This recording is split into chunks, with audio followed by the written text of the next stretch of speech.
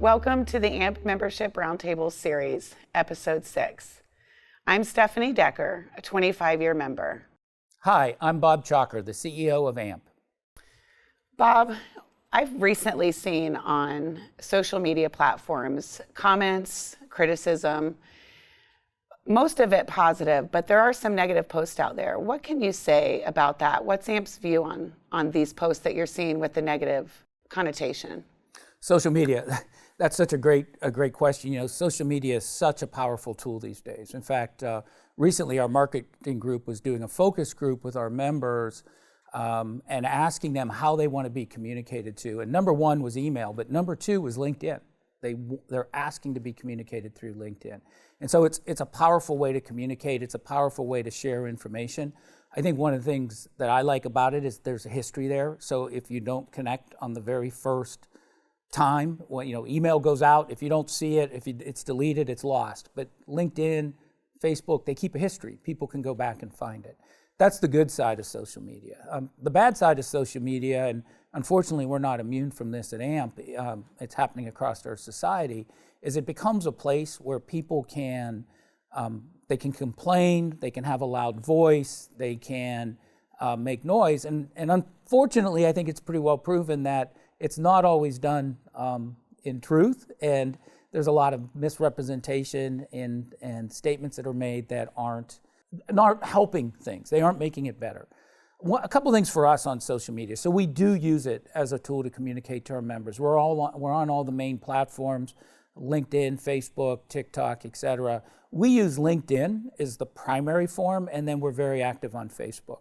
I'm not sure everybody knows this, but we actually have a full-time staff member that all they do is monitor and post to our social media.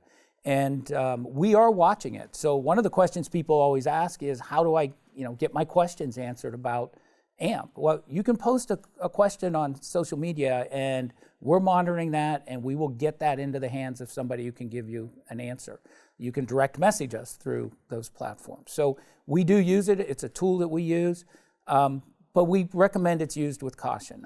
Recently, there's been quite a bit of activity on social media around AMP, and some of it hasn't been positive. Some of it has been very critical. Unfortunately, some of it has taken things out of context or shared things in a way that, frankly, were misrepresentation or partial truths or half-truths, and that really frustrates me.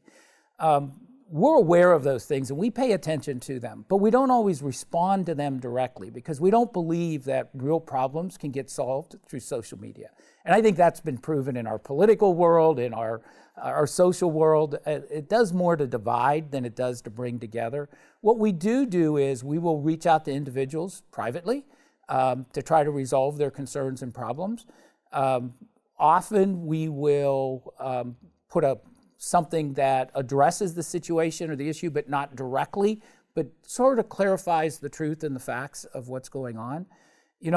My advice to members, we're not here, we come together as AMP as volunteers, and we want to enjoy each other's company, we want to do good together, we want to move our industry forward, we want to serve society. I would challenge people that if you're going to post something on social media, is it accomplishing those goals or is it damaging those goals? Would it not be better if you have a concern to go to the chair of the committee where you have a concern, or come to me, or come to a board member and share the concern? And then I would also really challenge, as anybody's reading something on social media, to take it with the right grain of salt to make sure that what you're getting is really true. I read a really interesting article not long ago that talked about how to judge for yourself whether something you're reading on Facebook or LinkedIn is really true, or is it the classic false news or misrepresentation. And they said some things. They said, number one is, does what you're reading generate into you a sense of anger, frustration, aggravation at a very high level? Because if it does, it's probably been designed to do that on purpose. The opposite of that was, do you so fully align with what they're saying that you're just 100% buy in? You feel, yes, that's right, that's what it is. Take that with a grain of salt, because that has probably been designed to go with a particular side of thought. the truth is probably somewhere in the middle. The other thing they said is look for things like misspelling of words, or look to see, does the content that's being provided, is it logical and does it make sense? Or are there things in there you just say, that's too hard to believe, or that's not really how I know it or how I understand it to be true. I think that's really good advice as people look at the social media that's being posted around AMP going forward. Look at things with a judgment that makes sure that what you're seeing is really, really true. Again, powerful tool. We use it in a lot of ways. We're on top of it. We pay attention to it. We respond when it makes sense. We respond in the right ways. But like anything, it can be used for really, really good, or it could be used for bad. And we want to make sure it's being used for good. With that said, do you find that the folks that are posting these things on social media have volunteered before?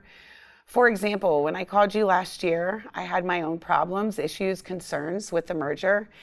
And to be honest, as you know, I was a little upset. We had a great 1-hour conversation. You answered all of my questions. And yes, I've always volunteered at some capacity. But after that phone call, I amped up, pun intended, I amped up my volunteer level and started getting more involved so that, just as you directed me during that call, I could make a difference. What would you say to those that haven't experienced any volunteering or getting involved, yet they have this platform and they're providing these negative comments about AMP? Great question. Some of them do volunteer. One of the things about AMP is we are not like a traditional business. The way decisions are made in particular are more like a government. It's more of a political process. So, we have a board of directors and we have committees over everything we do, and it's volunteers, and everybody comes to the table with their own ideas and opinions. And so what I find is those folks who have volunteered and are posting on social media, often it's because, posting negative on social media, often it's because they didn't like the outcome of the decisions that were made by the committees. And that's a tough situation to be in, but the reality is, I think good decisions get made for the organization, and we have a responsibility to support those decisions even when we maybe didn't agree with them. So we do have some that volunteer. And then unfortunately, there are a few that aren't actively involved in the organization, and rather than follow what would be the proper way or the right way to resolve concerns or issues, they choose to go to social media. So we have the spectrum. But yeah, sometimes they are people who volunteered and they've given frequently to the organization of their time and effort. And it always frustrates me, and I don't understand why they would choose to go that route rather than, get on board with what their peers are deciding. These are our peers that are making these decisions. It's not staff, it's not outsiders, it's employees and customers and the people who work in our industry who've come together. And if you believe that, two minds are better than one, you bring 15 people together to make decisions, you should get to a better decision for the organization. But we do recognize not everybody's going to agree with the answer. With that said, recently I was at an event and there were a lot of new members around us.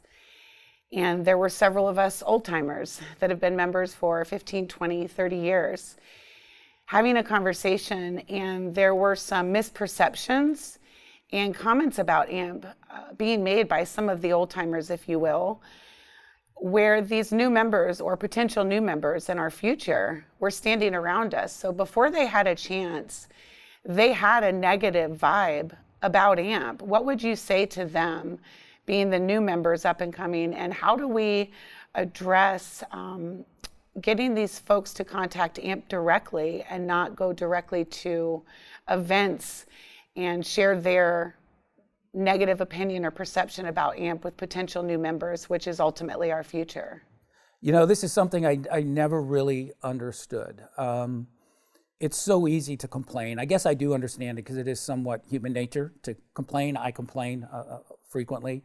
But I'm not sure they appreciate the damage that they're doing, especially when they're doing it in a public space and not using, again, the communication forums to share their thoughts and knowledge. The ones that really frustrate me is somebody who will, wear the shirt, wear the brand, lead a meeting, be active in the organization and then go out that evening and complain at a nightclub or a bar or have a conversation with somebody outside of the organization and batter the organization around like it's done something wrong. I don't think they appreciate the harm they're doing. You mentioned young people. Yeah, we have a lot of young people coming into this organization, more than we've ever had. And when they see folks who've been around for a while, they see you doing good things on one side, but then turn around and complaining or bashing or being negative on the other. It's confusing to them, and I think it sends just the wrong message. And again, what good is coming from it? Are you really changing anything because you've complained? You might feel better for a few minutes, but nothing got better because of it. I would tell people to take that energy and put it back into the organization to help make change. Volunteer, get on the committees in the areas you're interested in. Nominate to be an officer at a chapter or to be on a board. That's one of the things with the new self-nominating process. I think we're more open than we've ever been, that people who want to make a difference can. I want to make another message. To those people who are watching this and they hear somebody complaining who is a long-time AMP member or maybe a short-time AMP member, take that with a grain of salt. Think about it and what has been your own experience with the organization. And encourage those folks who are new to our organization to not get caught in that trap, but to get involved and make a difference. This is their organization. This is your organization. You can make a difference if you follow the right path. The next topic I have is customer service, Bob. We've had several members reach out and ask, who, what, where do I contact? In the past, for education, when I reached out to NACE Legacy, there was such a delay that I just stopped contacting them. And so how do we get members to initiate the contact, to get their questions answered so that they're not answering questions for themselves, and also get them the help that they need? Customer service, this is a big one, and this is one we're paying a lot of attention to. So first of all, let me answer the question of where to go to reach us. We have the 1-800 number that's on the bottom of the website. That's the easiest place to get to. We have an international number as well that people outside the United States can use. Those are there. That's a telephone call. But there's a lot of other ways. You can send an email to our customer service organization. You can do it through social media. We do monitor social media. And so if you have a question or a concern, or you just need some help with something, you can go on LinkedIn, onto the AMP page on LinkedIn and put in your question, and somebody will get back to you on that. So there is multiple ways to do it. To reach me personally, if that's what you want to do, it's robert.chalker@amp.org. Another good way to get it, and I will make sure it gets into the right hands of people who can answer the question. Now I want to go to a little bit about performance of customer service. We recognize that we need to raise the game there. We're not where we want to be as an organization.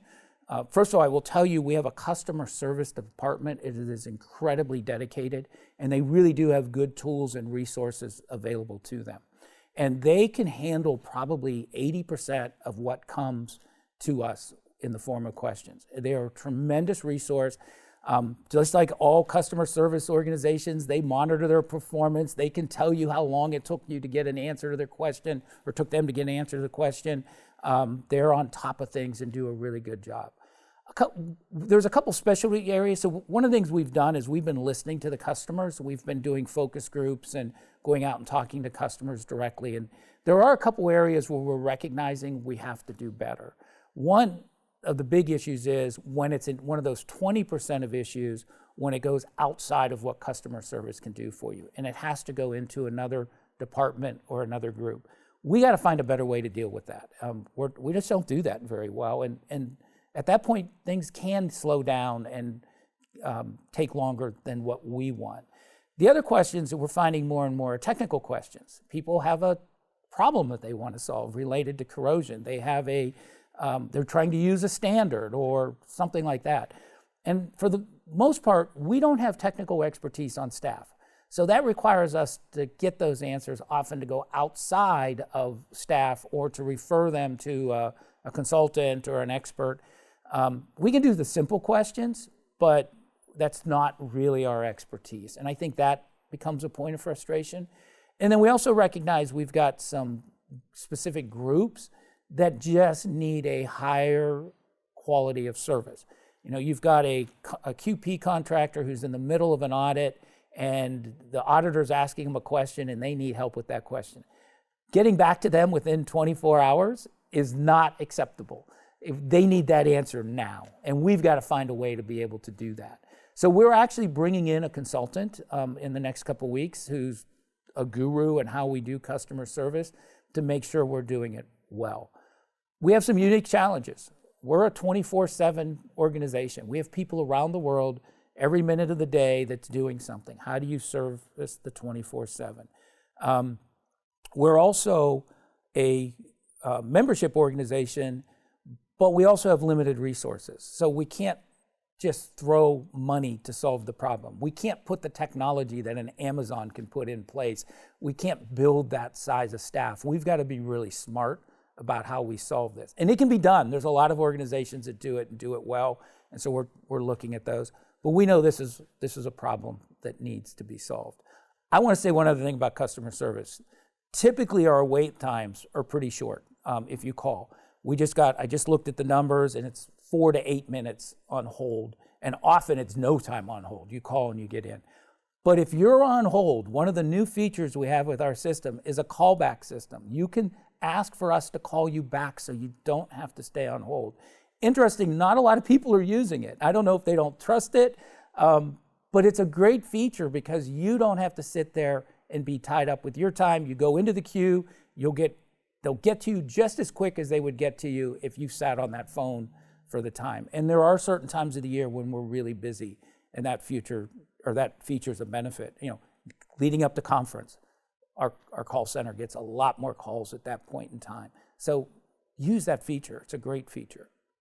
Does AMP feel that there were lessons learned from the merger or areas to reconsider moving forward where we want to address things and possibly look at changing how we initially coped with the changes at the merger? Yes, there's a lot of areas we're looking at. You know, when you merge two organizations like we did, you don't get everything right. You do your absolute best, right? So if you remember when we brought the merger together, first of all, we used an outside consultant to program manage so that we had expertise. These are people who bring mergers of associations together all the time. So they bring a lot of lessons learned and a lot of expertise and knowledge to help us do it. We put committees together with over 200 people. We recognized them at the awards banquet at conference this year. It was great to watch people receiving their recognition, and thank you for the time they gave. But over 200 people in 20-some committees came together to design what AMP was going to be. But there's no way you get it right the first time. And there are some places where we're looking at that we think we need to do better at, we need to make changes to. We're capturing those. We're working with the committees to address them. And frankly, there's some work that's still not done from the merger. The awards committee has not put a plan yet in place for awards. We're still dealing with some of the certifications, the merging of certifications. We've got work to do on conference, for example. You know, conference was a great success, and we got tremendous feedback. We had over 5,000 people attend.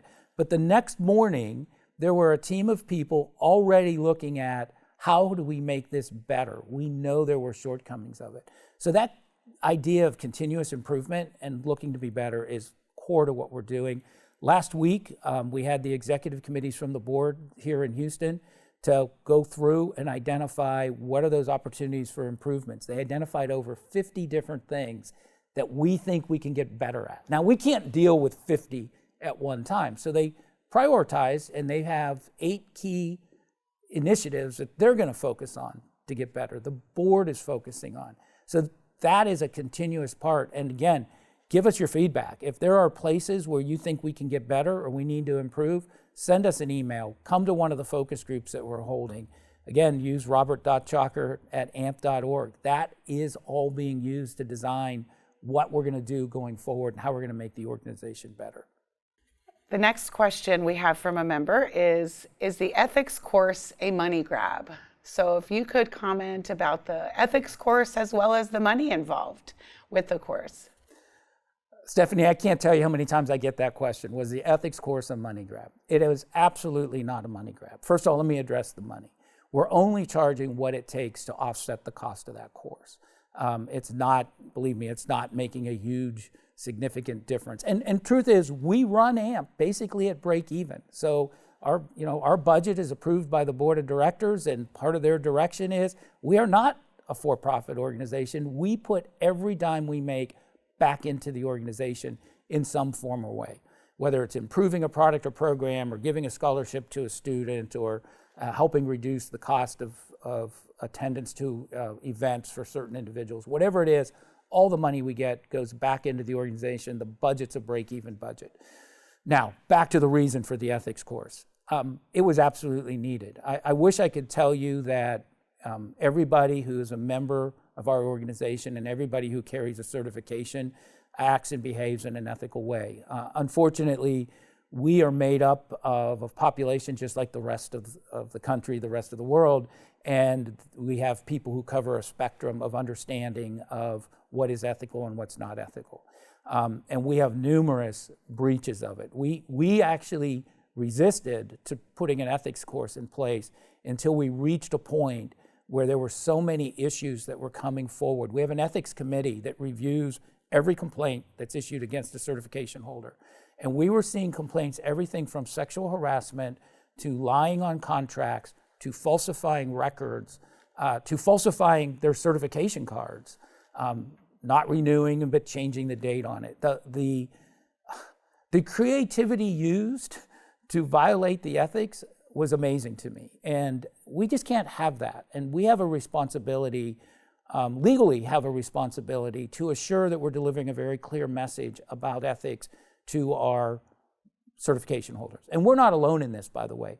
Almost every certification, whether a professional engineer issued by the state or a certification coming from any of the other organizations, are now requiring ethics as part of this.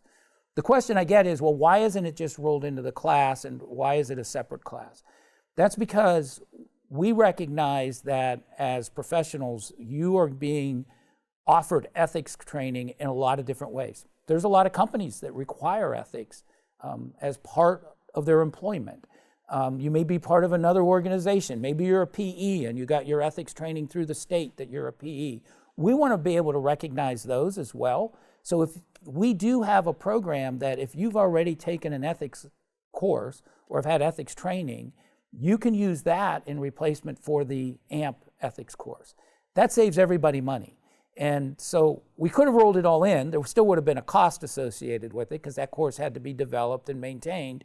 But this way, people can use the training and not have to spend going through hearing the same thing multiple times. And so that's one thing I want to make sure people understand. If your company does ethics training, if you have gotten your ethics training through another certification or another program, you can submit that to us. We'll review it. Many of them we've already approved, and there's a list of approved training, and we'll accept that in substitution for our own training. The point with this is to raise the awareness in today's world where ethics are falling down everywhere. We constantly hear of stories where ethics is broken down, to raise awareness that our industry is held at a high standard when it comes to this. The final question for episode 6 is, what is PDH? How does it affect me?